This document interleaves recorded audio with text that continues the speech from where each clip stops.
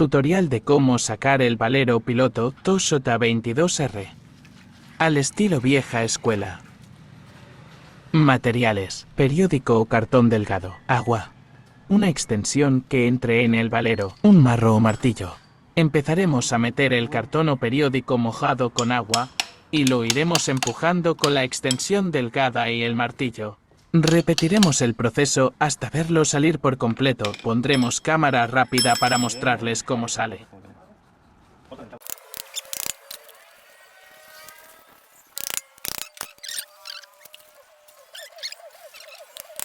Aquí podemos observar cómo ya va saliendo el Valero. Y así es como se saca un Valero piloto de un motor de Toyota 22R a la vieja escuela. Déjanos saber en los comentarios cómo lo sacarías tú y con qué materiales o herramientas.